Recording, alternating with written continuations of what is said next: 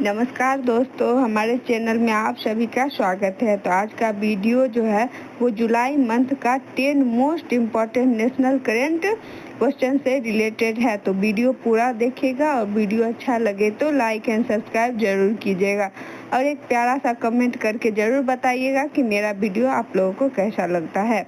तो चलिए question start करते हैं। क्वेश्चन नंबर 1 है कि यूनेस्को की विश्व धरोहर सूची में अंकित मराठा सैन्य परिदृश्य में कितने किले शामिल हैं। तो मराठा सैन्य परिदृश्य में कितने किले शामिल है, तो वो टोटल 12 किले शामिल हैं। तो इसको थोड़ा सा और डिटेल्स में जानते हैं। तो वो कौन कौन से 12 किले हैं जो कि शामिल हुए हैं, तो उसके बारे में जानते हैं। तो महाराष्ट्र में है सालहेर, शिवनेरी, लोहगढ़, खंडेरी, रायगढ़, राजगढ़, प्रतापगढ़, स्वर्णदुर्ग, पन्हाला, विजयदुर्ग, सिंधुदुर्ग। ये महाराष्ट्र में है और तमिलनाडु में है एक जिंजी किला है। तो ये टोटल 12 किले हैं जो कि शामिल हुए हैं। नेक्स्ट क्वेश्चन पे चलते हैं। क्वेश्चन नंबर 2 है कि किस भारतीय राज्य का पुलिस स्टेशन जो ISO प्रमाणन प्राप्त करने वाला पहला पुलिस स्टेशन बन गया। तो वो कौन सा राज्य है जिसका पुलिस स्टेशन जो ISO प्रमाणन प्राप्त करने वाला पहला पुलिस स्टेशन बन गया। तो वो राज्य है केरल। ऑप्शन नंबर ए सही है। तो इसके बारे में थोड़ा सा जान लेते हैं, इसका डिटेल से देख लेते हैं थोड़ा सा।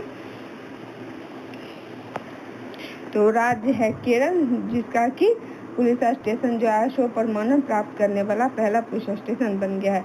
तो वो पुलिस स्टेशन जो है केरल में है आला पपुच्छा एक जगह है जहाँ का कि अर्थुकल पुलिस स्टेशन है जो कि भारत का पहला ISO प्रमाणन प्राप्त करने वाला पुलिस स्टेशन बन गया है।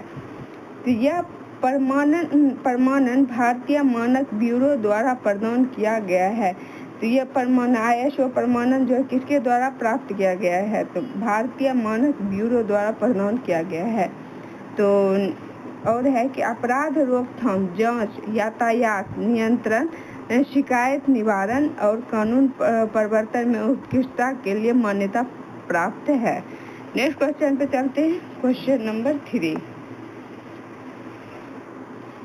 नंबर 3 है कि ऑपरेशन फायर ट्रेल किस एजेंसी द्वारा संचालित किया गया। तो ऑपरेशन फायर ट्रेल जो है वो किस एजेंसी द्वारा संचालित किया गया है, तो वो है एजेंसी है DRI। तो DRI का फुल फॉर्म क्या होता है। DRI का फुल फॉर्म होता है डायरेक्टरेट ऑफ रेवेन्यू इंटेलिजेंस। तो ऑपरेशन फायर ट्रेल का नेतृत्व राजस्व खुफिया निर्देशालय DRI ने किया था। तो ऑपरेशन फायर ट्रेल का नेतृत्व किसने किया था, तो राजस्व खुफिया निर्देशालय DRI, directorate of revenue intelligence. उसके बाद ऑपरेशन फायर ट्रेल एक बड़ा तस्करी रोधी अभियान था। तो ये फायर ट्रेल क्या था, तो एक बड़ा तस्करी रोधी अभियान था। इस अभियान का लक्ष्य भारतीय बंदरगाहों के माध्यम से अवैध आयात को रोकना था। तो इस ऑपरेशन फायर ट्रेल जो था उसका मुख्य लक्ष्य क्या था, तो उसका मुख्य लक्ष्य था कि बंदरगाहों के माध्यम से अवैध आयात को रोकना। नेक्स्ट क्वेश्चन पे चलते हैं। क्वेश्चन नंबर 4 है कि किस भारतीय राज्य ने पहला आदिवासी जीनोम अनुक्रमण परियोजना शुरू की है। तो वो कौन सा भारतीय राज्य है जो कि पहला आदिवासी जीनोम अनुक्रमण परियोजना शुरू की है, तो वो है गुजरात। वो राज्य गुजरात है जो कि पहला आदिवासी जीनोम अनुक्रमण परियोजना शुरू की है। तो इसका थोड़ा सा डिटेल्स में जान लेते हैं इसके बारे में। तो गुजरात ने वंशानुगत रोगों से निपटने के लिए भारत की पहली आदिवासी जीनोम परियोजना शुरू की। इसका लक्ष्य आनुवंशिक अनुसंधान का उपयोग करके आदिवासी समुदाय के लिए स्वास्थ्य सेवा में वृद्धि करना है। यह सिकल सेल एनीमिया और थैलेसीमिया जैसा वंशानुगत रोगों का शीघ्र पता लगाने का लक्ष्य रखता है। गुजरात जैव प्रौद्योगिकी अनुसंधान केंद्र इस परियोजना का नेतृत्व कर रहा है।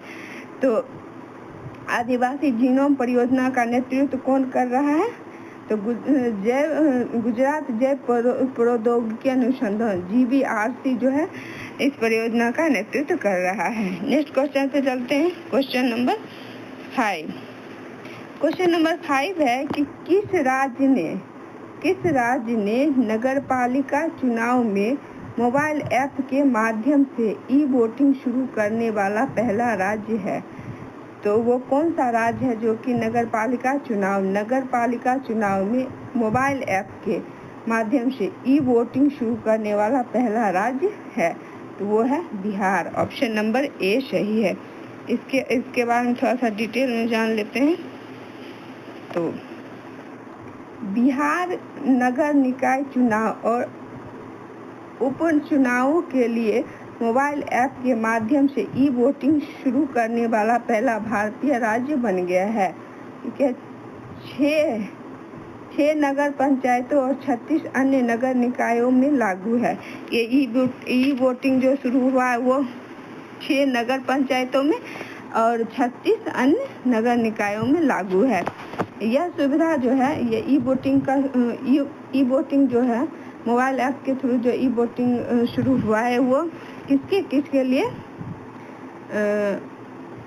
लागू है? तो यह सुविधा जो है वरिष्ठ नागरिकों जैसे कि विकलांग व्यक्ति हो गए या गर्भवती महिलाएं हो गए और जो शारीरिक रूप से मतदान केंद्र पर नहीं जा सकते उनके लिए ये ई-वोटिंग सुविधा जो है वो शुरू की गई है।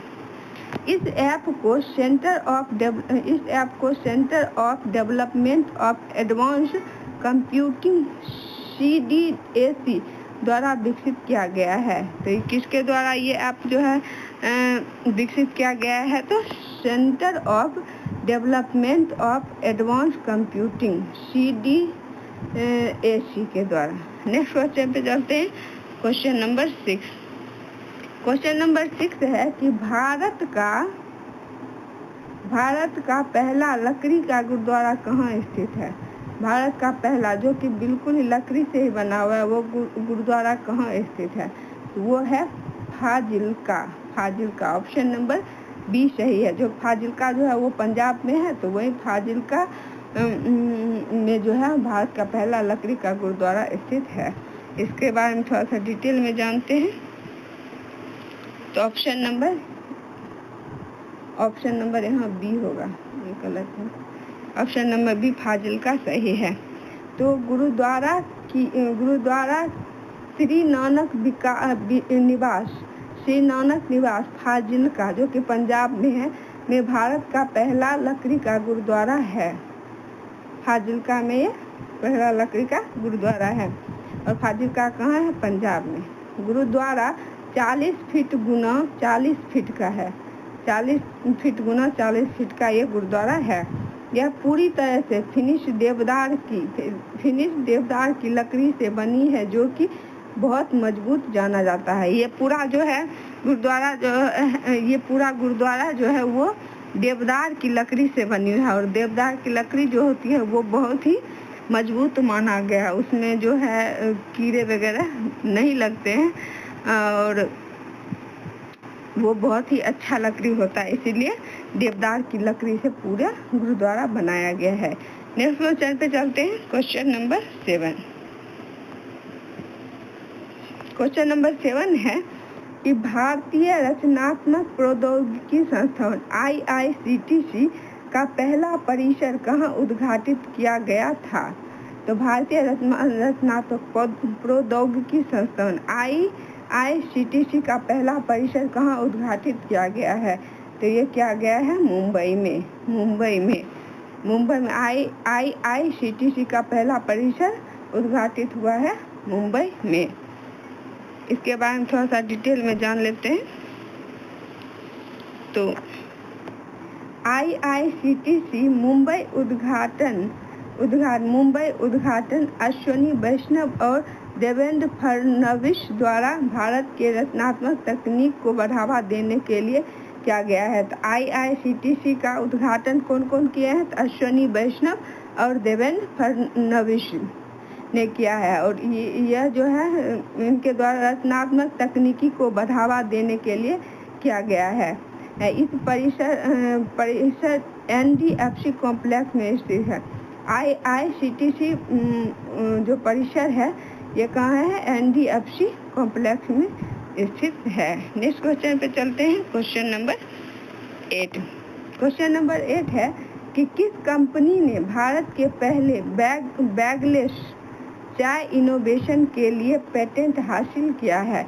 तो बैगलेस चाय इनोवेशन के लिए पेटेंट हासिल करने वाला वो कंपनी कौन सा है? बुला टी। बुला टी जो है वो कंपनी है, भारत का पहला कंपनी है जो कि बैगलेस चाय इनोवेशन के लिए पेटेंट हासिल किया है।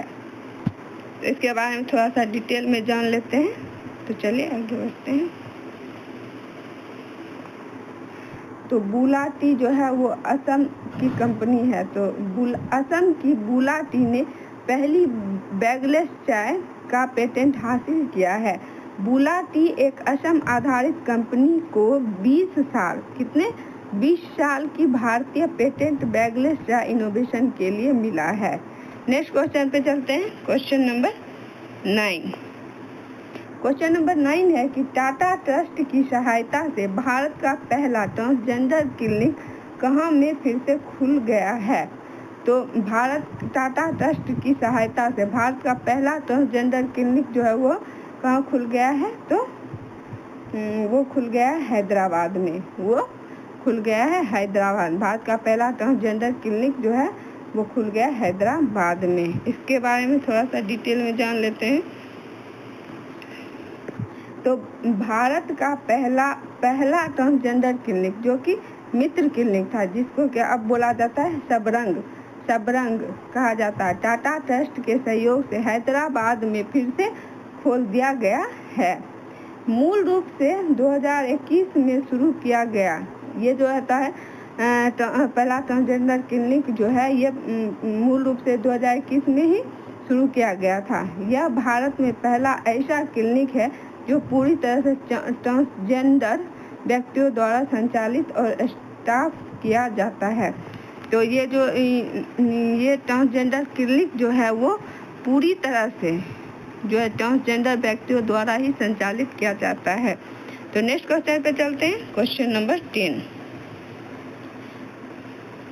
क्वेश्चन नंबर 10 है कि हाल ही में किस देश ने अंतर्राष्ट्रीय सौर गठबंधन का 107वां सदस्य बन गया है? तो अंतर्राष्ट्रीय सौर गठबंधन का 107वां सदस्य कौन बन गया है? तो मोल्दोवा जो है वो अंतर्राष्ट्रीय सौर संगठन का 107वां देश सदस्य बन गया है। तो इसका डिटेल थोड़ा सा देख लेते हैं। ISA की शुरुआत 2025 में भारत और फ्रांस द्वारा पेरिस में COP21 के दौरान की गई थी। ISA की शुरुआत कब हुई थी? 2025 में। किसके द्वारा? तो भारत और फ्रांस के द्वारा। कहाँ? तो पेरिस में COP21 के दौरान की गई थी। गठबंधन का उद्देश्य है कि विश्व स्तर पर सौर ऊर्जा विकास को बढ़ावा देना। विश्व स्तर पर क्या है कि सौर ऊर्जा को बढ़ावा देना। तो